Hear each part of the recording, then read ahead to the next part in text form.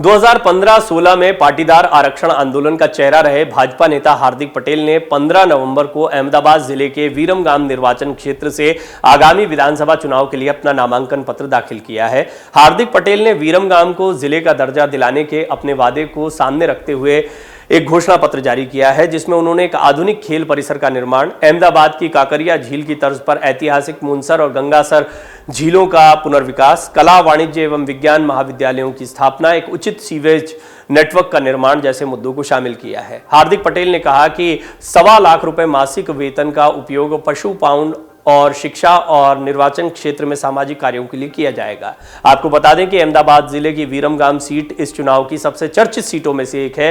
भाजपा ने इस सीट से पाटीदार आंदोलन से निकले हार्दिक पटेल को यहां से मैदान में उतारा है। 2017 में यहां से कांग्रेस के लाखाभाई धारवाड़ जीते थे। 2012 में भी इस सीट पर कांग्रेस का कब्जा था। इससे पहले लगातार 2 बार इस सीट से भाजपा को जीत मिली थी। भाजपा 10 साल बाद एक बार फिर वीरमगाम सीट पर कब्जा करने के लिए कांग्रेस से भाजपा में आए हार्दिक पटेल पर दांव लगा चुकी है। 2017 के विधानसभा चुनाव में इस सीट से भाजपा ने तेजाश्री बेन पटेल को अपना उम्मीदवार बनाया था। पटेल को कांग्रेस के लाखाभाई धारवाड़ से करीब 6000 के मतों से हार झेलनी पड़ी थी। इस चुनाव में यहां से 22 उम्मीदवार मैदान में थे। इन दोनों के अलावा बाकी 20 उम्मीदवारों की जमानत जब्त हो गई थी।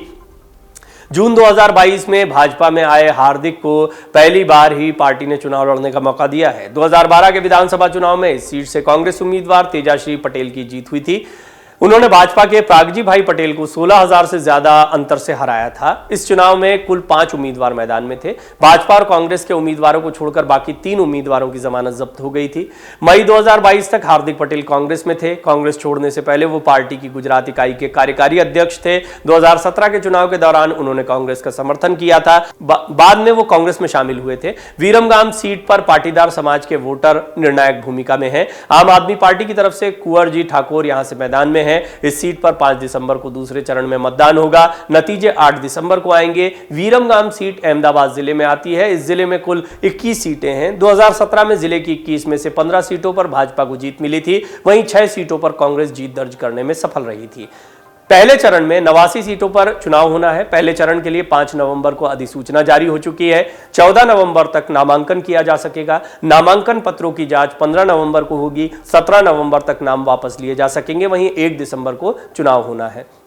इसी तरह दूसरे चरण में 93 सीटों पर चुनाव होना है। इसके लिए अधिसूचना 10 नवंबर को जारी हुई है। 17 नवंबर तक नामांकन दाखिल किया जा सकेगा। 18 नवंबर को नामांकन पत्रों की जांच होगी। वहीं 20 नवंबर तक नाम वापस लिए जा सकेंगे। दूसरे चरण के लिए 5 दिसंबर को वोट डाले जाएंगे। चुनाव नतीजे 8 दिसंबर को आने वाले हैं। हार्दिक पटेल एक बड़ा चेहरा है। हार्दिक पटेल को पाटीदार आंदोलन के लिए जाना जाता है। एक समय खासे चर्चा में रहे थे, एक सामाजिक कार्यकर्ता के तौर पर, एक आंदोलनकर्ता के तौर पर, और बाद में फिर वो एक्टिव पॉलिटिक्स में आ गए। पहले कांग्रेस के साथ में रहे। 2017 में कांग्रेस के साथ थे तो कांग्रेस को मजबूती मिली, लेकिन अब इस बार 2022 के चुनाव में वो बीजेपी के साथ दिखाई दे रहे हैं। बीजेपी ने अपनी रणनीति को बदला है। पिछले चुनाव के बाद से ही बीजेपी लगातार जमीन पर कार्य कर रही थी। सबसे महत्वपूर्ण बात यह है कि एंटी इनकम्बेंसी जैसे फैक्टर और प्रधानमंत्री मोदी के केंद्र में जाने के बाद से ही लगातार बीजेपी को यहां पर कठिन परिश्रम करना पड़ रहा है और तमाम सियासी समीकरणों को साध कर चलना पड़ रहा है।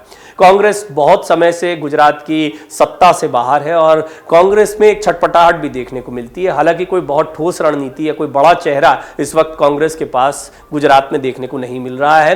बहरहाल इस सबके बीच में राहुल गांधी की कुछ रैलियों का आयोजन अब गुजरात में किया जा रहा है। साथ ही साथ कांग्रेस का यह भी दावा है कि जमीनी स्तर पर उन्होंने तमाम मतदाताओं के पास जाकर, खासतौर पर ग्रामीण क्षेत्रों में, लोगों को राहुल गांधी के और कांग्रेस के संकल्प पत्र दिए हैं। उन्हें उम्मीद है कि आने वाले दिनों में इसका कुछ परिणाम कांग्रेस के पक्ष में मिल सकता है।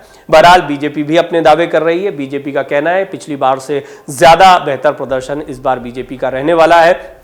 केंद्रीय गृह मंत्री अमित शाह और प्रधानमंत्री नरेंद्र मोदी ने भी यहां पर कई दौरे किए हैं। बहुत सारे मुद्दे यूं तो छाए हुए हैं इस वक्त। गुजरात में चुनावी सरगर्मियां बहुत तेज हैं, लेकिन गुजरात का ये चुनाव बहुत ही दिलचस्प होने वाला है क्योंकि आम आदमी पार्टी भी यहां पर अपनी ताल ठोकती दिखाई दे रही है। लेकिन किसको फायदा किसको नुकसान, ये 8 दिसंबर को पता लगेगा। डाउनलोड करें अमर उजाला ऐप और पाएं खबरें लगातार।